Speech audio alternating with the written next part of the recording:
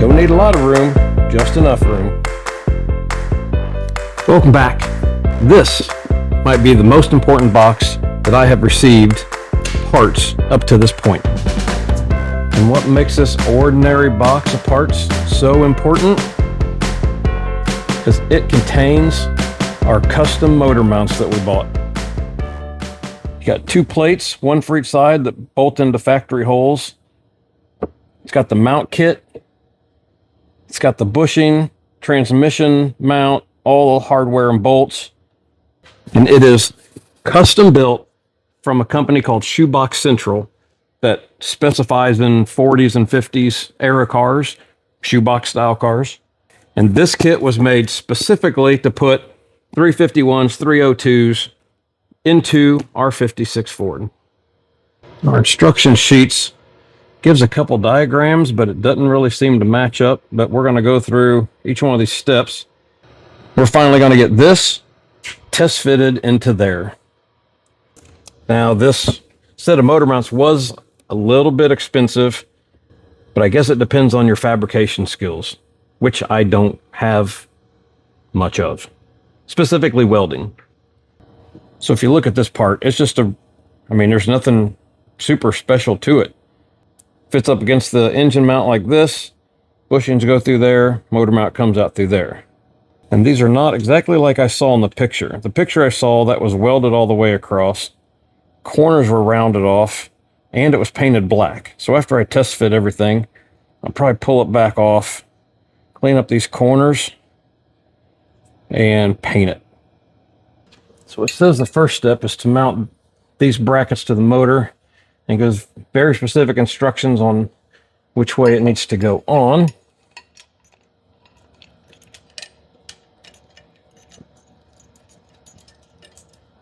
And this one, you can see they're offset. The longer part goes towards the front on the passenger side.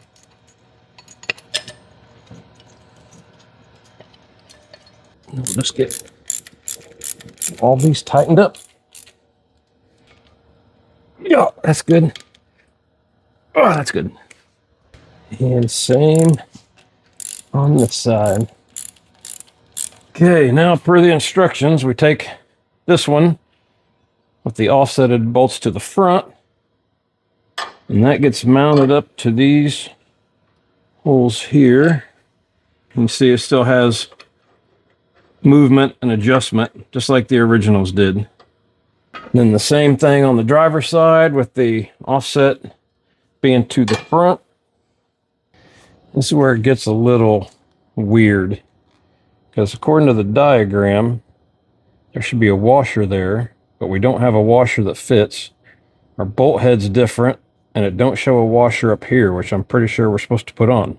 Okay, so I think it'll be this bolt up there, in this mount, and then the engine sits on there, then this washer, then the castle nut. I think it says we should put the engine into the car and set it down on those mounts. So we're going to get the engine off the stand onto the hoist, and we'll see how it works.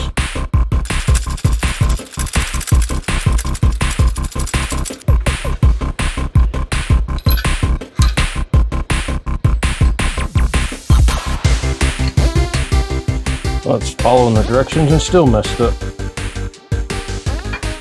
Bolts go through this hole and through this hole. And I am going to tighten these up so they're closer but still loose enough to adjust. Moment of truth, here we go.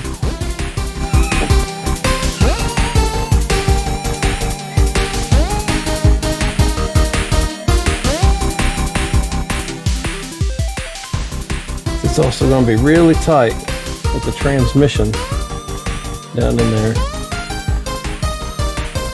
Don't need a lot of room, just enough room. Well, after many attempts, a couple of hours, and a lot of frustration, I think I have this ready to go in. The instructions on those motor mounts weren't exactly clear. So it just took a bunch of flip-flopping brackets and flip-flopping those brackets. Snip, snap, snip, snap, snip, snap. But as soon as I dropped the motor in, it seemed to fit, but it was rocking. So I took a couple minutes and I just loosely mounted the transmission just so I could see how that's all going to fit in there. Now I'm going to try to test fit this, see if that even works together. And if it does, then we can lock down those motor mounts and get to business. I'm coming, honey. I love you. I love you. I'm sure this would be easier if there's more of me, but me and Weird Al, one-man bands. I think I got to wait to put the motor mounts in until I get the engine set in there, because I don't think it's going to clear the starter housing. Got it in, but not without creating a bloodbath underneath it. So note to self, take out the motor mounts to slide the motor in. Well, it's in, but let me tell you, it did not like it. Have the transmission jacked up on a block of wood down there, but I still don't have enough clearance to put the transmission mount bracket in. And we have a metric shit ton of space between the oil pan and the cross member. Wait, I come out here to make sure he's alive. I'm alive, I'm just not happy. So I came out here, worried and thought he was under the car, dead. I was It's under the late. car, but it didn't kill me. I just made a big bloody mess. And then, what? Transmission fluid. Oh. So if I measure from that point level to the center of this bracket, it's 13.5 inches. So if I measure from this hole where it mounts back 13.5 inches, that should give me over an inch of clearance. If I measure this side from where it was hitting level, it's also at 13.5 inches. So if I measure from this back hole, 13.5 inches, that also comes back to here, and it should set straight and level in the car. But this bracket is backwards from what it's supposed to be in the instructions. So from the firewall forward, that's 12 inches to this hole. 13.5 inches will get you back here, which is the clearance I need. And this side right now is 12 inches to that hole. 13.5 inches will give me the clearance I need. But that bracket is backwards according to the instruction. Well, you know what I'm going to say? That it's time to just put the motor in. It's been in with the transmission. And? It's tight, real tight. Firewall interference. Reverse our engine adapter plates from side to side. Install left side, driver side centered, and right side off center towards the rear. But that's not what the picture shows. I put it in with the engine and transmission. It was crooked, and the transmission tail was off center. Because the instructions even say offset the right side towards the rear, but the picture shows it offset to the front. Don't you wish Dad was here? Huh? What? So don't you wish Dad was here? Yeah, me too. He would tell us what to do. Yeah. What does your gut tell you? To not go by the instructions. That's what I'm saying. And I've been out here for 2 hours trying to figure this out. That's why I came out here to check on you. So I think what I'll do tomorrow, take the transmission back off because it's only got 4 bolts in it. roll it out of the way, and try to set the engine back in again with the mounts like this and see how it lines up. Or I alter everything that I spent the money for. Or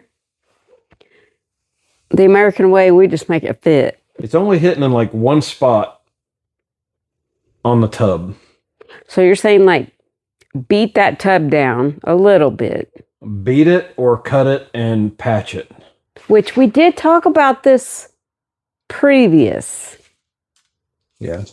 So basically, we filmed a whole bunch of stuff and a good conversation about what we're going to do, what we think we're going to do, and eating and sleep. That we had about 4 or 5 hours of sleep. We got none of it. And I don't know if I got it, but whoa, almost fell down. That's karma. Shove it in 33. More math. I'm gonna make it work.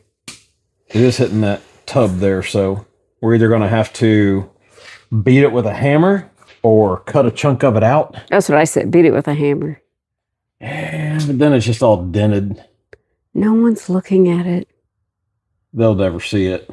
If we're going that far, it's going to be a race car.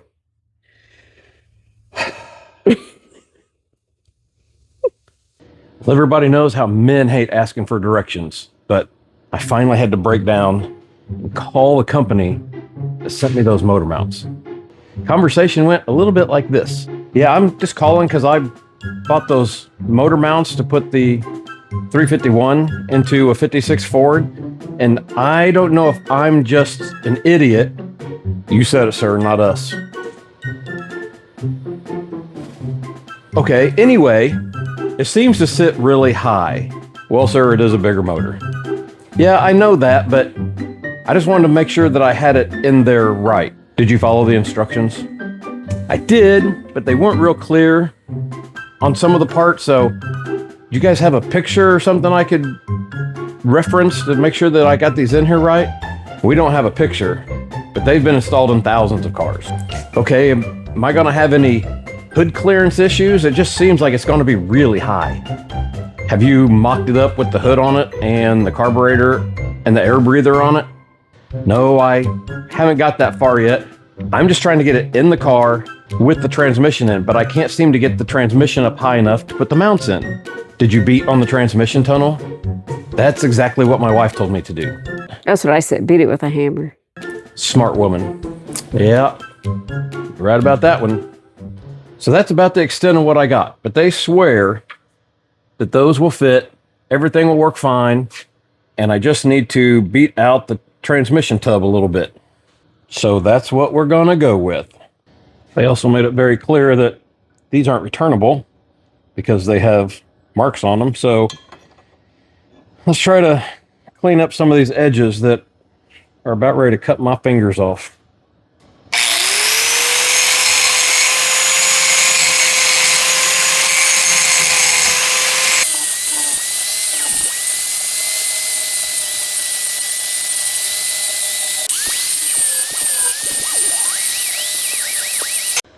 Let those bake in front of fire for just a little bit, get nice and warm.